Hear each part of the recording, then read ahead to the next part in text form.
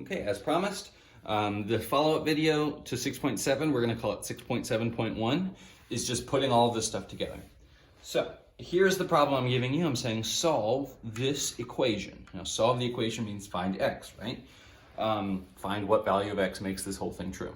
So the steps that we just learned, that we went over, are first, put it in standard form. Next, factor it.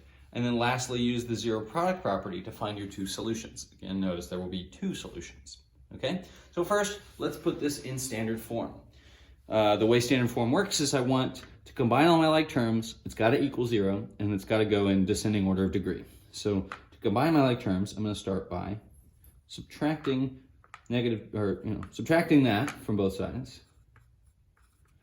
I also notice that there's this negative 11x. I'm gonna go ahead and move it over by canceling it out and doing positive 11x.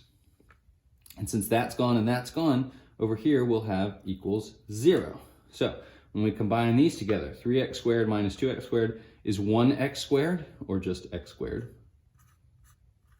Okay, 4x plus 11x is going to be 15x, and then plus 50. A little room for myself. Plus 50 equals 0. So check, is that in standard form? Well, I've got ax squared plus bx plus c equals 0. Okay, so it is in standard form. The next thing we need to do is factor it. Well, to factor, I want to start by just simply, very quickly, what can I use to get x squared? It's got to be x times x. So that's the part we always do just without even thinking about it. Then we want factors of c that add up to b. I know you've heard me say that, but I'm going to say it again. Factors of c that add up to b. So let's find some factors of 50. So we could do 1 times 50. We could do 2 times 25. We could do, how about 5 times 10?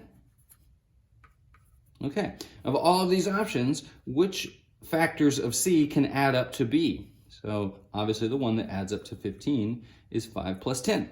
So that means I need a plus 5 because it's positive and a plus 10 because it's positive, okay? So I've now factored this problem. So I've got x plus 5 times x plus 10. And then if you notice, over here it said equals 0, so I'm going to bring that down, equals 0. All right, last but not least, we're going to use the zero product property to try to find what our solutions are. So to find our possible solutions, really, I mean, I didn't say this in the last video, but you hopefully caught on that the basic answer is just the opposite of whatever your constant is in each binomial. So in this binomial, the constant is plus 5. So if I use negative 5, that would be 0. 0 times anything, I don't care what this is, 0 times any number equals 0, true statement, right? Okay, so one of my solutions is negative 5. My other solution, let's kind of, here I'm going to erase this because I'm running out of room. My other solution is, let's try to tackle this parentheses. So if I would use a negative 10 plus 10, that would be 0, right?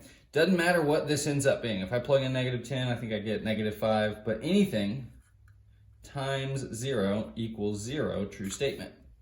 So the two solutions that I got for x were negative 10 and negative 5.